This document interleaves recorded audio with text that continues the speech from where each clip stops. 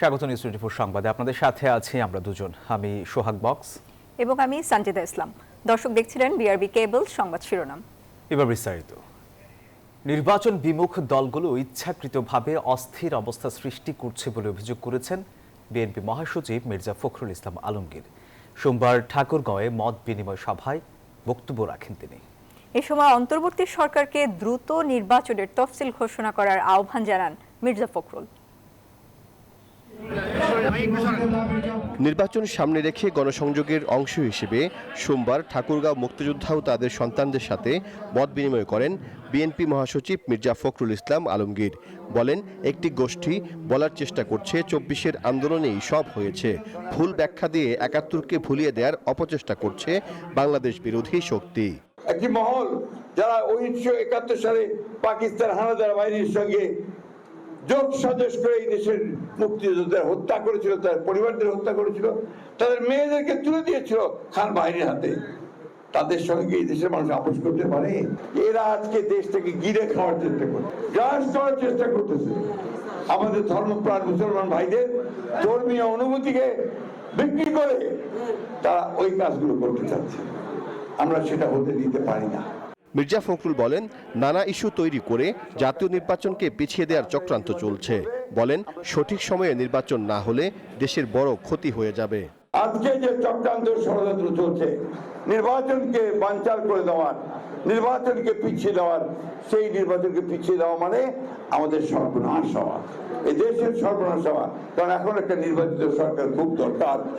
এই সরকারটা এখন তাড়াতাড়ি নির্বাচন করবে।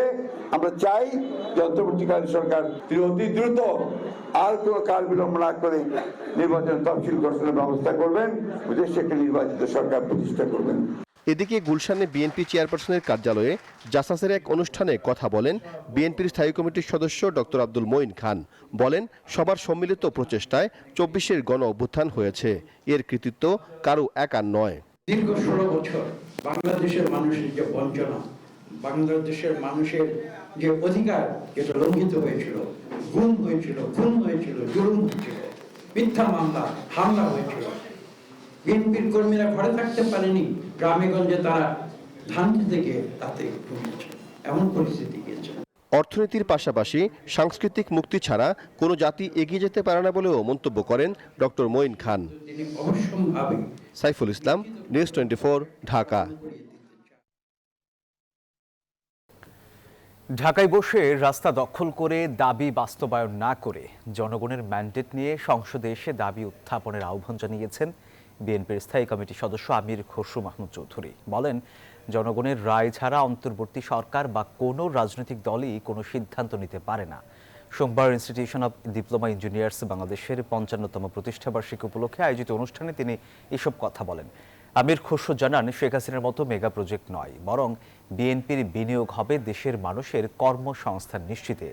যতটুকু ঐকমত্য হয়েছে তার সমাপ্তি টেনে নির্বাচনের দিকে মনোযোগী হতে রাজনৈতিক দলগুলোর প্রতি আহ্বান জানান এই বিএনপি নেতা। যতটুকু ঐকমত হয়েছে, সনদ সই হয়েছে, chapter close, let us go to election. ইলেকশনে গিয়ে জনগণের কাছে নিয়ে যাই। আপনাদের যদি নিজস্ব কোনো দাবি দাওয়া থাকে, কোনো প্রোগ্রাম থাকে আগামী দিনের জন্য, দয়া করে জনগণের কাছে চান। এইখানে বসে ঢাকায় বসে এইগুলো নিয়ে ঝগড়াঝাটি করে সময় নষ্ট না করে, অন্যদের কাউকে বাধ্য না করে আপনি জনগণের কাছে চান। যারা বলেন সংবিধানে গণভোট নেই তারা ফ্যাসিবাদ আমলকে সমর্থন করেন বলে মন্তব্য করেছেন জামায়াতের সহকারী সেক্রেটারি জেনারেল হামিদুর রহমান আজাদ। বলেন, সংবিধানের চেয়ে জনগণের অভিপ্রায় অধিক গুরুত্বপূর্ণ। সোমবার পল্টনে ইসলামী আন্দোলনের কার্যালয়ে ৮ দলের বৈঠক শেষে যৌথ প্রেস ব্রিফিংয়ে তিনি এই কথা বলেন। জানান, বিএনপি সাড়া না দিলেও বিএনপি ডাকলে আলোচনায় বসবে জামায়াত সহ ৮ দল।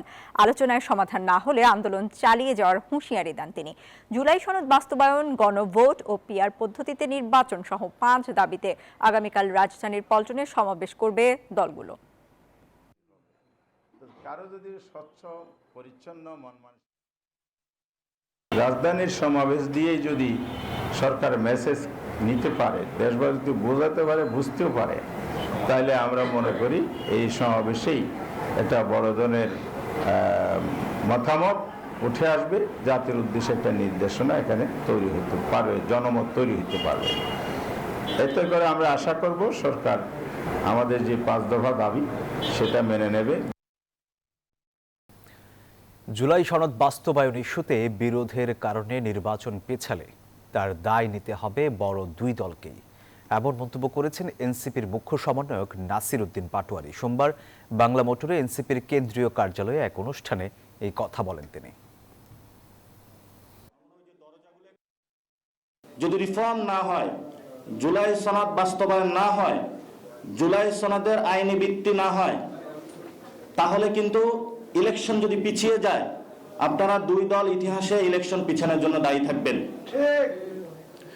আপনাদের দুইটি দলকেই দ্রুত গতিতে জুলাই সনদের আইনি ভিত্তি বাস্তবায়নের একটি পদ্ধতি খুঁজে বের করে ফেব্রুয়ারিতে ইলেকশন করার জন্য দ্রুত পদক্ষেপ নিতে হবে। অন্তর্বর্তী সরকারকে অবশ্যই জুলাই সনদের আদেশ দিতে হবে বলে মন্তব্য করেছেন জাতীয় নাগরিক পার্টি এনসিপির দক্ষিণাঞ্চলের মুখ্য সংগঠক হাসনাত আব্দুল্লাহ। সোমবার রাতে চাঁদপুর জেলা শিল্পকলা একাডেমি মিলনায়তনে দলটির জেলার সমন্বয় সভায় এই কথা বলেন তিনি। বলেন, আগামী নির্বাচনের আগে অবশ্যই জুলাই সনদের আদেশ বাস্তবায়ন হতে হবে। নির্বাচন সুষ্ঠু ও অবাধ করার জন্য রাজনৈতিক দলগুলোর দায় রয়েছে উল্লেখ করে তিনি বলেন, সবাইকে ঐক্যবদ্ধভাবে কাজ করতে হবে। প্রতি পাড়া, জেলা, মহল্লায় চাঁদাবাজির রমরমা বাণিজ্য যারা কায়েম করেছে তাদের সাথে জোট করে নির্বাচনের থেকে মরে যাওয়া ভালো। এই জুলাই সনদের আদেশ বাস্তবায়ন হতে হবে এবং এই আদেশ অবশ্যই ডক্টর মোহাম্মদ ইউনূস তাকে দিতে হবে। জুলাই সনদ বাস্তবায়ন নিয়ে রাজনৈতিক দলগুলোর বিভেদ আরও তীব্র হলে নির্বাচনে দেরি হতে পারে, উত্থান হতে পারে তৃতীয় শক্তির, এমন শঙ্কা রাজনৈতিক বিশ্লেষকদের।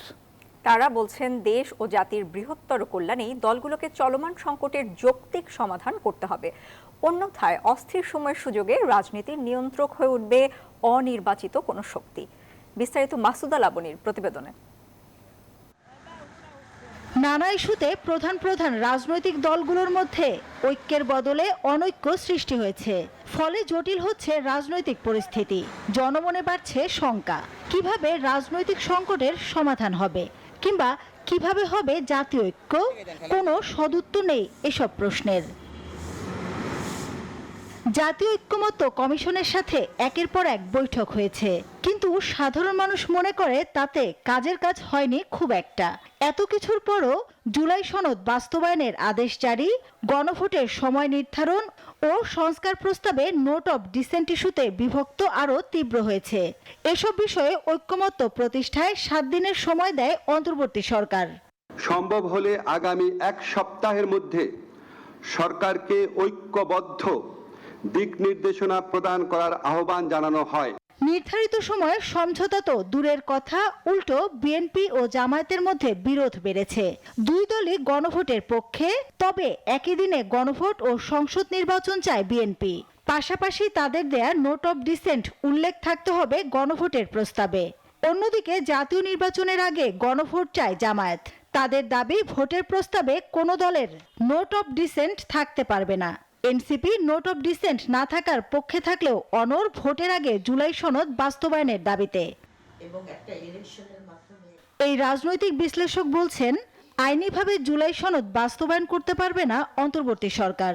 আইনের ভিত্তিটা তো এই সরকারকে দিয়ে দিতে হবে, কারণ জুলাই সনদের আইনের ভিত্তি না হলে যে নতুন সংবিধানটা আমরা তৈরি করেছি ঐক্যমতের আলোচনার মাধ্যমে, কারণ আমরা তো হাসিনার সংবিধান আর ফিরতে চাই না। আবার কোনো বিশ্লেষক বলছেন, এই সংকট না কাটলে অনিশ্চিত হবে সংসদ নির্বাচন, হুমকির মুখে পড়বে গণতন্ত্র। এক ধরনের ভোটের অনিশ্চয়তা তৈরি হতে পারে, যে ভোট হয় কিনা এই ধরনের মানুষের মধ্যে এক ধরনের অস্থিরতা তৈরি হতে পারে। তো আর 2 নম্বরে হচ্ছে যে আপনার এখানে অন্য কোনো শক্তি তারা নির্বাচন যাতে না হয় সেই ধরনের কর্মকাণ্ড তারা লিপ্ত হতে পারে। পরিস্থিতি আরো খারাপ হলে শঙ্কা আছে তৃতীয় শক্তি উত্থানের। তৃতীয় শক্তি মানে আমরা যেটাকে মনে করি আমাদের সাধারণত মিলিটারি সেখানে চলে আসে।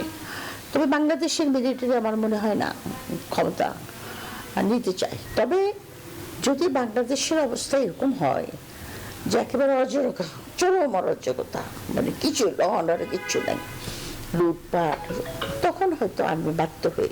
আসলে এখানে সরকারকে উদ্যোগ গ্রহণ করতে হবে ডেফিনেটলি, কিন্তু এখানে বড় শক্তি হচ্ছে যে রাজনৈতিক দলগুলো।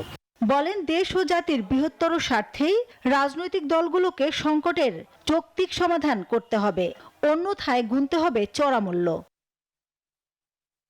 মাসুদা লাবনী, নিউজ 24, ঢাকা। 13 নভেম্বরে অস্থিরতা সৃষ্টির চেষ্টা করা হলে সর্বোচ্চ সামর্থ্য দিয়ে তা প্রতিহত করবে সরকার। সচিবালয়ের প্রশ্নের জবাবে এসব কথা জানান উপদেষ্টা সৈয়দা রিজওয়ানা হাসান। তিনি জানান, সরকারের প্রধান কাজই এখন সুষ্ঠু ও শান্তিপূর্ণ নির্বাচন করা। রাজধানীর সকল ধর্মীয় প্রতিষ্ঠানের নিরাপত্তা জোরদার করা হয়েছে বলেও জানিয়েছে প্রেস উইং। 13 নভেম্বর লকডাউনের ঘোষণা দিয়েছে পতিত শক্তি আওয়ামী লীগ, যার কারণে আতঙ্ক তৈরি হয়েছে জনমনে। আর এই আতঙ্ক দূর করতেই বিভিন্ন তৎপরতা নিচ্ছে সরকার। রাজধানীর সকল ধর্মীয় প্রতিষ্ঠানের নিরাপত্তা জোরদার করা হয়েছে বলে জানিয়েছে প্রেস উইং। এক বিবৃতিতে প্রেস উইং আরো জানায়, ধর্মীয় সহাবস্থানে বিঘ্ন ঘটানোর চেষ্টা হলে আইনের সর্বোচ্চ প্রয়োগ করা হবে। এর আগে ফেসবুক স্ট্যাটাসে প্রেস সচিব জানায়, কোনোভাবেই কার্যক্রম স্থগিত আওয়ামী লীগকে নাশকতা করার সুযোগ দেবে না সরকার। একই বিষয়ে কথা বলেন পরিবেশ, বন ও জলবায়ু উপদেষ্টা সৈয়দা রিজওয়ানা হাসান। বলেন, নানা জায়গা থেকে অস্থির করার চেষ্টা করতে পারে পতিত সরকারের লোকজন। সরকার সতর্ক আছে উল্লেখ করে রিজওয়ানা হাসান বলেন, জনগণের আতঙ্কিত হওয়ার কিছু নেই। আমি যদি 16 বছর দেশটাকে শাসন করে থাকি, নির্বাচিত অনির্বাচিত উভয় প্রকারে, একটা যে স্টেক এখানে নানান জায়গায় তৈরি করা হয়েছে, সেই স্টেকের সাহায্য নিয়ে কিছু অস্থিরতা হয়তো সৃষ্টির চেষ্টা করবে, কিন্তু আমি দেশবাসীকে বলবো যে এটা নিয়ে আপনারা আতঙ্কিত হবেন না। আমরা সজাগ আছি, সতর্ক আছি এবং সচেষ্ট আছি। গণমাধ্যমের করা এক প্রশ্নের জবাবে পরিবেশ উপদেষ্টা বলেন, ঐক্যমত্য না হওয়া বিষয়গুলো সমাধানে রাজনৈতিক দলগুলোকে বসতে বলা হলেও তারা এখনো বসেনি। আমাদেরকে সরকার হিসাবে যখনই এমন অস্থিরতা সৃষ্টি করার চেষ্টা করা হবে, তখনই আমরা আমাদের সর্বোচ্চটুকুন দিয়ে সেই অস্থিরতাটা নিয়ন্ত্রণের চেষ্টা করব। নাইম আলচিকো, নিউজ 24, ঢাকা। জাতীয় নির্বাচনে বাগেরহাটে আগের মতো 4টি ও গাজীপুরে 5টি আসন রাখার নির্দেশ দিয়েছেন হাইকোর্ট। একই সাথে বাগেরহাটের একটি আসন কমানো এবং গাজীপুরে একটি আসন বাড়িয়ে নির্বাচন কমিশনের জারি করা গেজেট অবৈধ ঘোষণা করা হয়েছে। আর এদিকে ভোট সুষ্ঠু করতে নির্বাচন কমিশন জিহাদ ঘোষণা করেছে বলে মন্তব্য করেছেন কমিশনার আনোয়ারুল ইসলাম। আরেক কমিশনার মোহাম্মদ সানাউল্লাহ বলেছেন, পোস্টাল ব্যালটের ডাকগুলো শতভাগ নির্ভুলভাবে গন্তব্যে পৌঁছাবে কিনা সেই বিষয়ে সন্দেহ রয়েছে। বাগেরহাটের একটি আসন কমিয়ে 3টি আসন করায় আগস্টের শেষ সপ্তাহ থেকে ক্ষোভ প্রকাশ করে আসছিলেন সেখানকার বাসিন্দারা। নির্বাচন কমিশনের সীমানা পুনর্নির্ধারণের সিদ্ধান্তে বাগেরহাটে ও নির্বাচন কমিশনের সামনে একাধিকবার প্রতিবাদ কর্মসূচি পালন করেন তারা। বাগেরহাটের একটি কমিয়ে 3টি ও গাজীপুরে একটি বাড়িয়ে 6টা আসন করেছিল নির্বাচন কমিশন। কমিশনের সেই সিদ্ধান্তকে সোমবার বাতিল করে দেয় হাইকোর্ট। বিগত নির্বাচনগুলোর কলঙ্ক মুছতে হলে একটি ভালো নির্বাচনের কোনো বিকল্প নেই। পুলিশ ও প্রিজাইডিং অফিসার সহ প্রশাসনের সকলকে ভয় ভীতি পরিহার করে নির্বাচনে দায়িত্বশীল ভূমিকা পালন করতে হবে। কুমিল্লায় পল্লী উন্নয়ন একাডেমিতে এক অনুষ্ঠানে এসব কথা বলেন নির্বাচন কমিশনার আনোয়ারুল ইসলাম সরকার। বাংলাদেশের ইতিহাসে যতগুলো নির্বাচন হয়েছে, আসন্ন ত্রয়োদশ নির্বাচন অত্যন্ত গুরুত্বপূর্ণ এবং এই নির্বাচনের উপর নির্ভর করবে এদেশের ভবিষ্যৎ। নির্বাচন কমিশন সচিবালয়ে পোস্টাল ভোট নিয়ে বিভিন্ন দেশে বাংলাদেশি দূতাবাসের কর্মকর্তাদের সাথে অনলাইনে সভা করেন ইসি সানাউল্লাহ। বলেন, প্রবাস থেকে ভোটের 21 দিন আগে পোস্টাল ব্যালট পাঠানো শুরু করা যাবে, তবে 17 দিন বাকি থাকতেই ভোট পাঠানো ভালো হবে বলে মত তার। আপনি আনুমানিক ভোটের 21 দিন আগে যেদিন প্রার্থীটা চূড়ান্ত হবে এবং প্রতীক বরাদ্দ হবে, সেদিন আপনার অ্যাপ্লিকেশনে দেখতে পাবেন যে ঢাকা 1 আসনে চূড়ান্ত প্রার্থী কারা। আপনাদেরকে যে হলফনামাটা পাঠানো হলো, ডিক্লারেশনটা স্বাক্ষর করবেন, ব্যালট পেপারটাকে ভাঁজ করে ব্যালটের যে খাম আছে সেই খামের মধ্যে প্রবেশ করাবেন এবং এই হলফনামাটাকেও প্রবেশ করাবেন। ব্যালটের খামটা বন্ধ করবেন, ব্যালটের খামটা আবার রিটার্ন খামের মধ্যে ঢোকাবেন। তিনি মনে করেন আন্তর্জাতিকভাবে পোস্টাল ব্যালটের সফলতার হারকে বাংলাদেশ ছাড়িয়ে যাবে। এই পোস্টাল ব্যালট কেন্দ্রের অন্তরা বিশ্বাস, নিউজ 24, ঢাকা। বেতন কাঠামোর 11তম গ্রেড বাস্তবায়নের আশ্বাসে সব ধরনের আন্দোলন কর্মসূচি প্রত্যাহার করেছেন সরকারি প্রাথমিক বিদ্যালয়ের সহকারী শিক্ষকরা। সোমবার সচিবালয়ে অর্থ সচিব মোহাম্মদ খায়রুজ্জামান মজুমদার এবং প্রাথমিক ও গণশিক্ষা মন্ত্রণালয়ের সচিব আবু তাহের মোহাম্মদ মাসুদ রানার সঙ্গে বৈঠকের পর শিক্ষক নেতারা কর্মসূচি প্রত্যাহারের ঘোষণা দেন। প্রাথমিক শিক্ষক দাবি বাস্তবায়ন পরিষদের আহ্বায়ক খায়রুন নাহার লিপি সাংবাদিকদের বলেন, তাদের দাবি 10ম গ্রেড হলেও অর্থ মন্ত্রণালয় 11তম গ্রেড বাস্তবায়নের নিশ্চয়তা দিয়ে প্রেস বিজ্ঞপ্তি দিয়েছে। তাদের প্রতি আস্থা রেখে মঙ্গলবার থেকে সকল কর্মসূচি প্রত্যাহার করে নেওয়ার ঘোষণা দেন তারা। বলেন, মঙ্গলবার থেকেই ক্লাসে ফিরবেন শিক্ষকরা। আগামী জানুয়ারির মধ্যে জুলাই গণঅভ্যুত্থানের প্রথম শহীদ আবু সাইদ হত্যা মামলার ট্রাইব্যুনালে বিচারিক কার্যক্রম শেষ হতে পারে বলে জানিয়েছে প্রসিকিউশন। সোমবার এই মামলায় 12তম সাক্ষী হিসেবে জবানবন্দি দেন বেরুবির শিক্ষার্থী আকিব রেজা খান। আদালতের কাছে আসামিদের সর্বোচ্চ শাস্তির দাবিও জানান। বলেন, গত বছরের 16 জুলাই শান্তিপূর্ণ আন্দোলন চলাকালে আবু সাইদকে প্রথমে গুলি করে এএসআই আমির হোসেন, পরে গুলি করে কনস্টেবল সুজন চন্দ্র রায়। প্রসিকিউশন জানায়, এই মামলায় মোট সাক্ষী 62 জন। এদিকে ট্রাইব্যুনাল 1-এ রামপুরায় কার্নিশে একজনকে গুলি ও 2 জনকে হত্যার ঘটনায় সাক্ষ্য দিয়েছেন পুলিশ সদস্য। কাল ফের অনুষ্ঠিত হবে সাক্ষ্য গ্রহণ।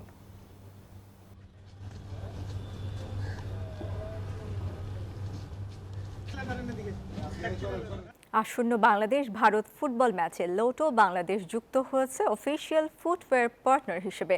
18 নভেম্বর জাতীয় ফুটবল স্টেডিয়ামে অনুষ্ঠিত হতে যাচ্ছে বহুল প্রতীক্ষিত ম্যাচটি। ব্র্যান্ডটি জানিয়েছে, জাতীয় দল ও ফুটবলের বিকাশকে সহায়তা করতে তারা সরবরাহ করবে আধুনিক প্রযুক্তি নির্ভর পারফরম্যান্স ফুটওয়্যার। ম্যাচ চলাকালীন সময়ে লোটো বাংলাদেশের উপস্থিতি থাকবে মাঠের বিভিন্ন জায়গায়। দর্শকদের জন্য থাকছে fan engagement zone, limited edition উপহার ও ইন্টারেক্টিভ অ্যাক্টিভিটি।